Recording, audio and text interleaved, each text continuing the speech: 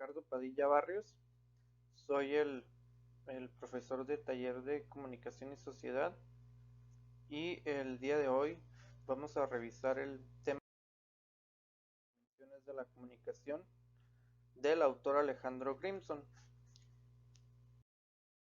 Este autor comienza explicándonos la importancia de la definición etimológica de comunicación, que significa poner en común.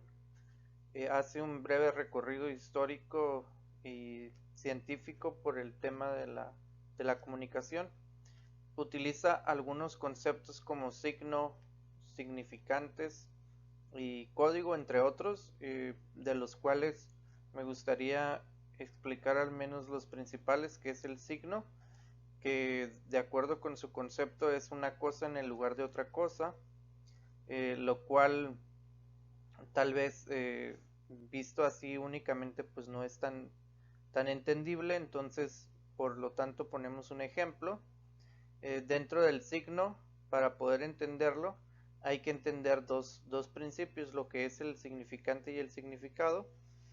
Desde el significante nos dice que es la imagen acústica que tenemos sobre una cosa, y el significado es la idea de esa cosa. Con el ejemplo podemos explicarlo de la siguiente forma: cuando yo escucho el sonido de la palabra árbol, a mí me remite una idea de ese árbol. Es decir, mi significante es lo que yo escucho, es decir, las letras A, R, B o L juntas conforman la palabra árbol. Yo a esa palabra árbol, a ese sonido, yo le asocio un significado, es decir, que yo tengo una imagen de lo que es el árbol de acuerdo a lo que yo escucho, ¿no? Entonces, cada uno tiene un diferente significado de árbol, cada quien se imagina de acuerdo a su referente un árbol distinto. Puede ser un árbol grande, un árbol pequeño, un árbol de diferente fruto, o simplemente tenemos una idea muy clara de lo que es, ¿no? El código es ese sistema de signos que nosotros eh, conocemos y de los cuales yo me baso para poder entender ese o dar ese significado. Entonces lo podríamos entender como el idioma en este caso, o el lenguaje, por lo cual yo cuando escucho la palabra árbol me imagino algo muy específico, ¿no? Cuando yo veo un semáforo, como en este caso que estamos viendo aquí, yo tengo una idea de lo que es, de acuerdo a lo que yo he interiorizado como un semáforo, y le doy un significado a cada color. Por ejemplo, en este caso, ¿no? El rojo para detenerme, el amarillo para disminuir mi velocidad y el verde para avanzar. Dependiendo la manera en la que se haya socializado, yo puedo entender esto, ¿no? Entonces, aquí la importancia de entender los signos es dependiendo el contexto y dependiendo también los referentes que yo tenga, ¿no? Aquí, por ejemplo, lo que estamos viendo es una imagen de los signos zodiacales.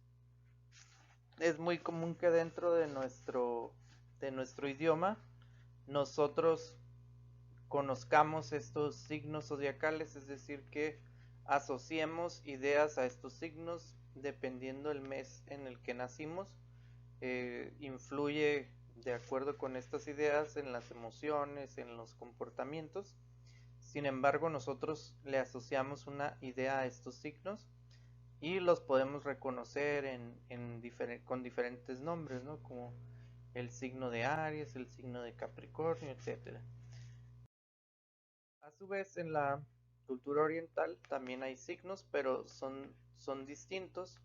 Aquí lo manejan por animales y se maneja por años de nacimiento. Entonces hay una diferente concepción.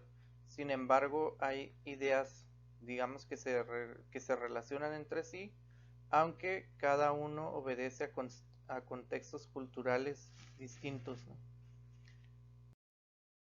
Cuando vemos, por ejemplo, esta imagen, yo lo que concibo de acuerdo a mis referentes es que esta es una fotografía de, de un largometraje que se llama Mulan y es específicamente en una escena de pelea, ¿no? Si yo no tengo el referente de haber visto la película, de todas formas con mis referentes yo pudiera hacer inferencias de lo que veo.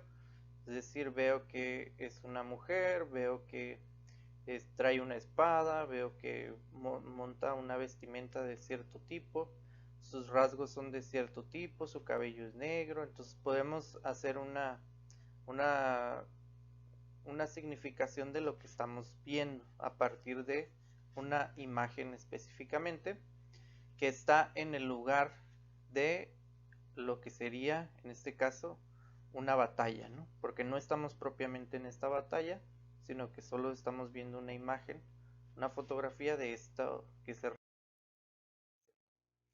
Dentro de la lectura, el autor maneja el tema de que la cultura comunica y cómo a partir de ciertos contextos culturales nosotros identificamos o razonamos a partir de estos contextos social, moral y otros principios que en un mismo contexto significan algunas cosas que no necesariamente serían lo mismo en cada contexto.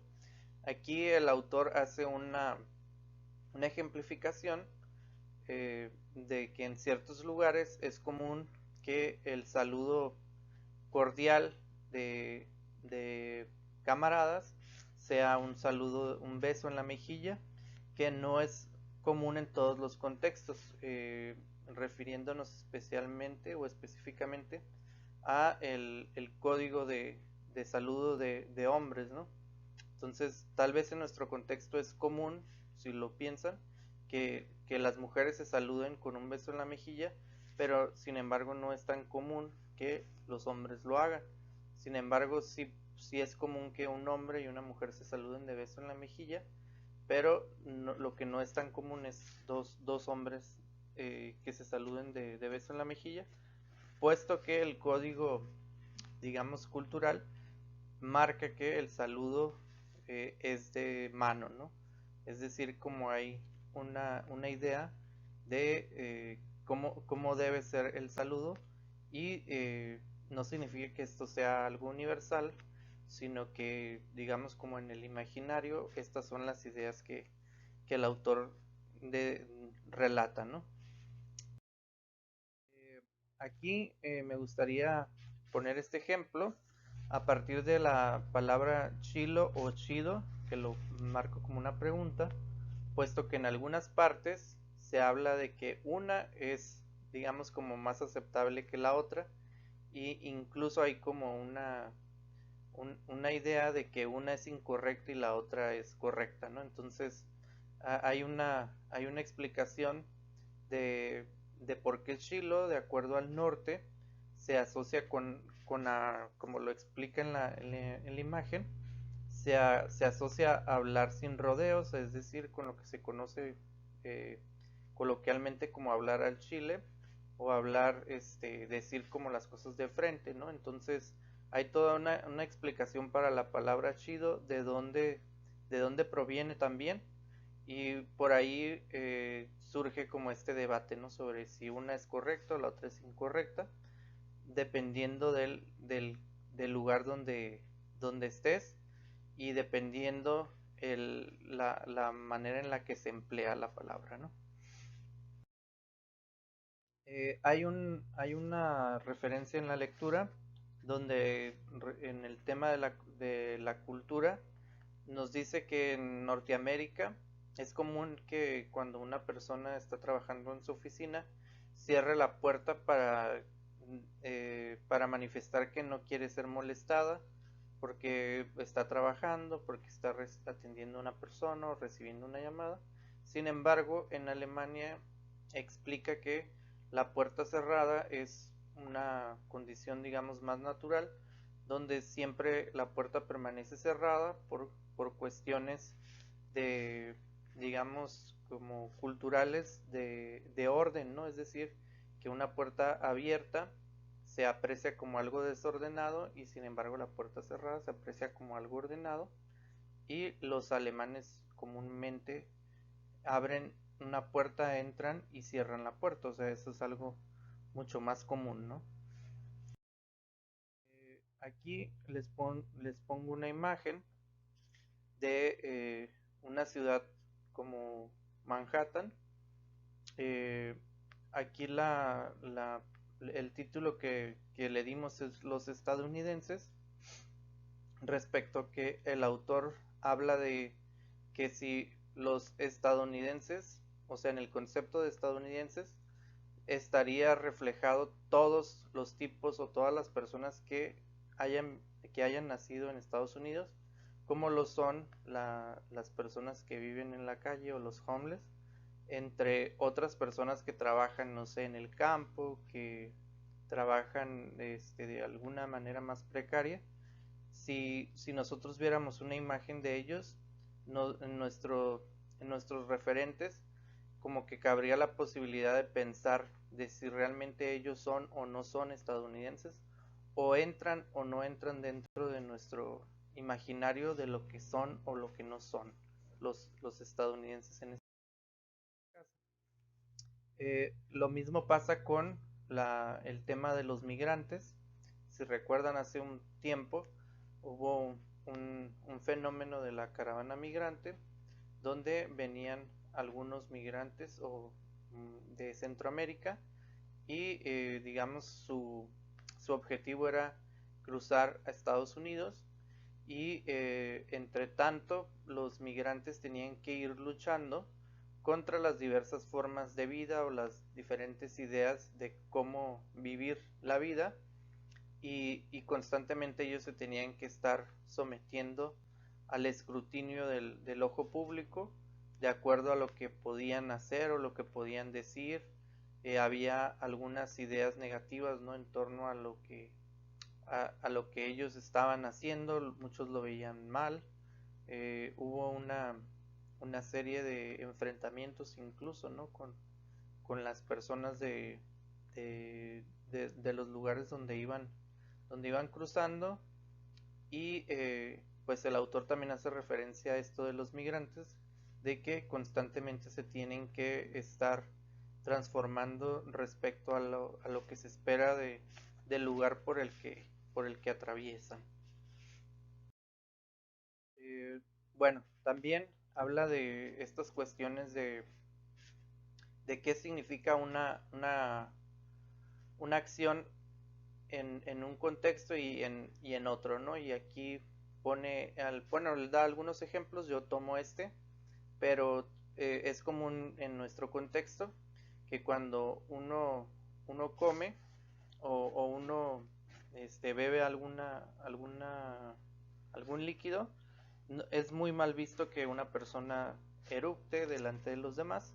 Sin embargo, hay algunos lugares donde esto es común. Por ejemplo, aquí en el ejemplo que pongo, en los países árabes es común que las personas que han sido invitadas a comer, después de comer, quien los invitó, en este caso la persona que los recibió, eructa como sentido de un alivio o un placer de haber disfrutado la comida, y las personas corresponden ese detalle de la misma forma con un eructo, ¿no? Entonces pudiera parecernos a lo mejor a nosotros algo grosero, algo grotesco, pero pues es algo que tiene que ver con la comunicación y con la idea de las distintas culturas y lo que nosotros entendemos por estas acciones, ¿no?, a partir de un contexto específico. Bueno, pasamos al, al tema de los modelos de la comunicación. En un principio se entendía la comunicación de una manera plana, de una manera direccional, es decir, alguien hablaba y alguien escuchaba. Eh, Después aparece un modelo que le llaman modelo telegráfico de la comunicación, propuesto por Shannon principalmente, donde él como con su formación le permitía que él estructurara la comunicación de cierta forma y vemos que es un modelo lineal, un modelo que remite más a máquinas que a personas, ¿no? Donde solamente se transmite información. Entonces hablamos que al inicio los modelos de comunicación hablaban únicamente de transmisión de información. Ya después aparece un modelo orquestal o un modelo que también se le llama circular o recibe distintos nombres, pero habla digamos, como de esta metáfora de una orquesta, ¿no? Es decir, que cada parte debe funcionar para que se pueda dar la comunicación, es decir, que no es algo dado, sino que más bien es algo mediado por un contexto, por una interacción que tiene que ver con distintos elementos que, que no solamente va de un lado a otro, sino que es algo como lo dije, algo circular, donde uno habla, el otro escucha, pero también responde, y entonces hay una apuesta de ser emisor, receptor, emisor, receptor, donde más que nada hay una conversación más allá de una transmisión de información, es decir, que la idea se reformula y se amplía y en este caso pues aumentan los elementos y aumentan las variables que hay que tener en cuenta para poder hablar de comunicación.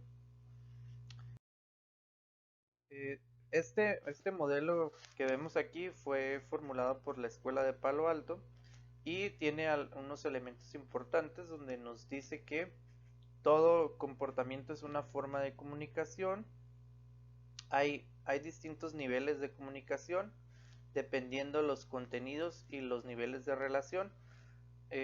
Hay algunos que podemos hablar de comunicación superficial, hay un nivel de opinión, hay un nivel más alto que es un nivel de intimidad, donde ya podemos hablar de temas más profundos. Por poner un ejemplo, el hola, el, el cómo estás, digamos, podrían ser a lo mejor elementos muy superficiales a un nivel más profundo donde ya pudiéramos hablar de sentimientos, de emociones, de deseos, ¿no? Entonces son diferentes niveles. La naturaleza de esta relación va a depender de cada uno de los participantes y es decir que en todos los tipos de comunicación va a haber eh, un emisor, un receptor y debe haber una retroalimentación en este sentido. Es decir que la comunicación no es de ninguna manera estática, sino que al contrario es algo dinámica y, y se basa en un modelo, como lo dijimos, que va fluctuando de manera circular. El autor también nos habla de dimensiones, nos explica que por lo menos existen algunas dimensiones de la comunicación como lo es la palabra, el espacio, el tiempo, la kinésica y el tacto, ¿no? Es decir, la palabra que de alguna manera nosotros la visualizamos como el vehículo por el cual nosotros nos podemos comunicar como lo estamos haciendo en este momento. Nosotros entendemos la palabra respecto a un código. Hablamos de un espacio, dependiendo en el lugar en el que yo me encuentro, es la manera en la que yo me voy a comunicar. No hablo igual con mis papás que como hablo con mis amigos, que como hablo en la escuela, en la clase, como fuera de clase. Entonces el espacio es muy, muy importante porque nos indica ciertos códigos que hay que seguir y a los cuales nosotros nos adaptamos fácilmente o instantáneamente casi siempre, ¿no? El tiempo es importante, dependiendo los momentos en los que yo me encuentro, es la manera en la que yo me dirijo a los demás, en el tipo de ideas que surgen. El autor ahí ponía un ejemplo, ¿no? Que tal vez en el pasado era posible hablar perdón, era imposible hablar de cuestiones como que todavía lo siguen siendo, ¿no? Complicados, pero digamos como que ya no hay tantas restricciones como hablar de temas de política, hablar de temas de sexualidad o de otros que, que en el pasado pues eran como algo impensable, ¿no? Hablar de esos temas en público, por ejemplo, o era algo que no, de lo que simplemente no se hablaba, ¿no? La kinésica nos dice que es todo lo que tiene que ver con la corporalidad, la manera en la que nosotros nos adaptamos, la manera en la que nosotros utilizamos nuestro cuerpo para formular o reformular algunas ideas. En este caso, pues se dice que nuestro cuerpo habla más por nosotros que lo que podamos decir, en este caso emitir bajo la palabra, es decir, que con nuestro cuerpo decimos más de lo que decimos con nuestras propias palabras. El tacto es otra dimensión importante, puesto que dependiendo también la cultura, hay algunas cuestiones que tienen que ver con el tema del tacto como dimensión de la comunicación, donde yo puedo expresar a lo mejor más con un tacto, o simplemente hay cuestiones que no son aceptables mediante un tacto. Entonces ahí es importante que nosotros lo entendamos a partir de la manera en la que nosotros empleamos el tacto para comunicarnos con los otros. Y por último, parto con esta reflexión de forma negativa, es decir, no se puede no comunicar en el sentido de lo que dijimos anteriormente, ¿no? Es decir, todo el tiempo nos estamos comunicando y aunque nosotros no hablemos, es decir, no emitamos una palabra, también no, nos estamos comunicando. Si yo estoy hablando con alguien y estamos teniendo una plática y de repente la persona no dice nada pero se levanta y se va, entonces yo puedo asumir ciertas ideas respecto a su comportamiento, aunque esta persona no me haya dicho nada, ¿no? Lo mismo pasa cuando alguien permanece en silencio cuando se le hace una pregunta, eso también nos dice algo. Y en fin, ¿no? Podríamos tener otros ejemplos donde se hace alusión a esto, ¿no? No es posible no comunicar, o sea, todo el tiempo nos estamos comunicando. Pues muchas gracias por estar ahí y espero que esta información te sirva para seguirte desarrollando en este tema de las dimensiones de la comunicación, y al igual que lo que se espera de las siguientes sesiones, es que sigas continuando con los temas de comunicación para que puedas mejorar en esta parte. Nos vemos pronto. Muchas gracias por estar aquí.